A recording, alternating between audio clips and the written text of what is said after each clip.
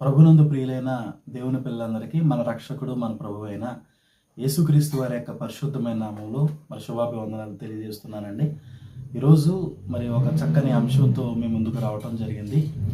దేవుని గురించి పరిశీలనగా తెలుసుకోవాల్సిన అవసరత ఉన్నదా అనే అంశాన్ని మరి 2 నిమిషాలు మీతో మాట్లాడడానికి ఇష్టపడుతున్నాను. దేవుని గురించి పరిశీలనగా తెలుసుకోవాల్సిన అవసరత ఈరోజు మనకున్నదా? ఎందుకు అంటే ఈరోజు క్రైస్తవులుగా మన ఆలోచన విధానం చూసినప్పుడు దేవుని గురించి తెలుసుకోవాల్సిన అవసరత ఏముందండి?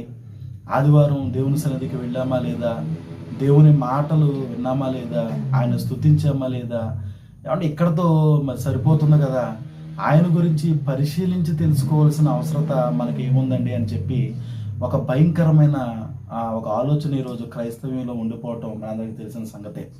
అయితే మరి వాస్తవానికి బైబిల్ దగ్గరకు వచ్చి ఆలోచన చేస్తే ఆయనను గురించి మనం పరిశీలనగా తెలుసుకోవాలా, లేకపోతే ఏదో యాదాలాపంగా ఆయన సన్నిధికి వెళ్ళి వచ్చేయాలా అన్నది మనకు చాలా క్లియర్ కట్గా మనకు అర్థమైపోతుందండి. ఒకసారి పరిశుద్ధ గ్రంథంలోకి వెళ్ళి మరి ద్వితీయోపదేశకాండము 6వ అధ్యాయము 4, 5, 6 వచనాలు ఒకసారి మనం చూడగలిగితే, ద్వితీయోపదేశకాండము 6వ అధ్యాయము 4, 5, 6 వచనాలు మనం ఇక్కడ చూడగలిగితే, ఇక్కడ దేవుడు మాట్లాడుతూ ఆయన చెబుతున్న మాట, ఇశ్రాయేలు వినుము, మన దేవుడైన యెహోవా అద్వితీయుడగు యెహోవా అంటున్నాడు ఆయన. ఇశ్రాయేలు వినుము, మన దేవుడైన యెహోవా అద్వితీయుడగు యెహోవా. అద్వితీయుడగు యెహోవా అంటే వన్ అండ్ ఓన్లీ ఆయనే దేవుడు, మన దేవుడే మరి గొప్ప దేవుడు అని చెబుతున్నటువంటి ఆయన అంటున్నాడు కదా. మరి ఆయనను ఇగో నీ పూర్ణ హృదయముతోనూ, నీ పూర్ణ ఆత్మతోనూ, నీ పూర్ణ శక్తితోనూ నీ దేవుడైన యెహోవాను ప్రేమింపవలెను అని చెప్పి మరి మొదటి ఆజ్ఞగా ఇక్కడ చెప్పటం అనేది జరుగుతుంది. అవునండి, మన దేవుడైన యెహోవా అద్వితీయుడగు యెహోవా అని చెప్పినటువంటి ఆయన ఏమని చేయమంటున్నాడు? నీ పూర్ణ హృదయముతోనూ, నీ పూర్ణ ఆత్మతోనూ, నీ పూర్ణ శక్తితోనూ ఇవో నీ దేవుడిని నువ్వు ప్రేమించాలి అని చెబుతున్నాడండి. ఇప్పుడు దేవుణ్ణి ప్రేమించాలి అని చెప్పినది మరి మొట్టమొదటి ఆజ్ఞ అయితే, మరి ఆజ్ఞను మనం పాటించాలి అన్న సంగతి మనకు అర్థమైతే, మనందరికీ బాగా తెలుసు, ఆజ్ఞాతిక్రమమే పాపము, పాపం వలన వచ్చే జీతము మరణము. అంటే ఇప్పుడు ఈ ఆజ్ఞను మనం పాటించాలి, పాటించకపోతే పాపం చేసిన వారు అవుతాం, పాపం చేస్తే నరకానికి మనం వెళ్ళిపోతాం. అంటే ఖచ్చితంగా ఇప్పుడు దేవుణ్ణి ప్రేమించాలి అన్న సంగతి మనకు అర్థమైతే, ఎలా ప్రేమించాలి ఆయన్ని? పూర్ణాత్మతోనూ, పూర్ణ శక్తితోనూ, పూర్ణ బలముతోనూ మనం ఆయన ప్రేమించాలి అన్న సంగతి మనకు అర్థమవుతుంది. అయితే మరి అది ఎలా మనకు తెలుస్తుంది? అది ఎలా మనకు తెలుస్తుంది అంటే, కింద వచనంలో ఆయన చెబుతున్నాడు కదా, ఏమంటున్నాడు ఆయన?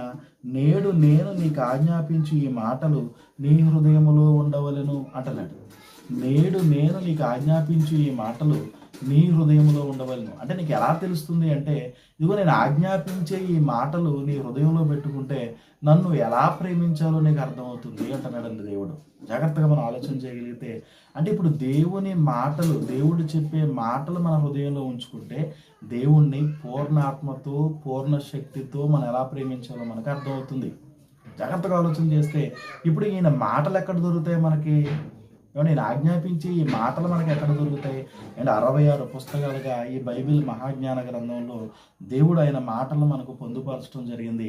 మరి 66 పుస్తకాల్లో దేవుడు తన మాటలు పొందుపరిచినప్పుడు ఆయన ప్రేమించాలన్న సంగతి మనకు అర్థం కావాలి అంటే, ఇప్పుడు 66 పుస్తకాల మీద మనకు అవగాహన ఉంటే అది అర్థమవుతుందా? లేకపోతే ఆదివారం ఒక్కరోజు 1 గంట వర్తమానం విని వస్తే మనకు అర్థమైపోతుందా?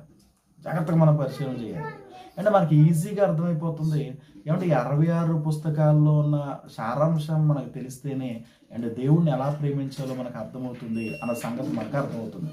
కాబట్టి జాగ్రత్తగా ఆలోచన చేస్తే ఇప్పుడు మరి ఈ విషయాన్ని మనం ఆలోచన చేయగలిగితే మనకు అర్థమవుతుంది కదా, దేవుణ్ణి ఖచ్చితంగా పరిశీలించి తెలుసుకోవాలి. దేవుణ్ణి ఖచ్చితంగా పరిశీలించి తెలుసుకోవాలి. కాబట్టి మరి ఈ మాటలను బట్టి ఈరోజు మనం అర్థం చేసుకోవడానికి ప్రయత్నం చేద్దాం. దేవుణ్ణి పరిశీలనగా తెలుసుకోవటం అనేది ఎంతో అవసరమే ఉన్నది. దేవుడి మాటలను దీవించును గాక.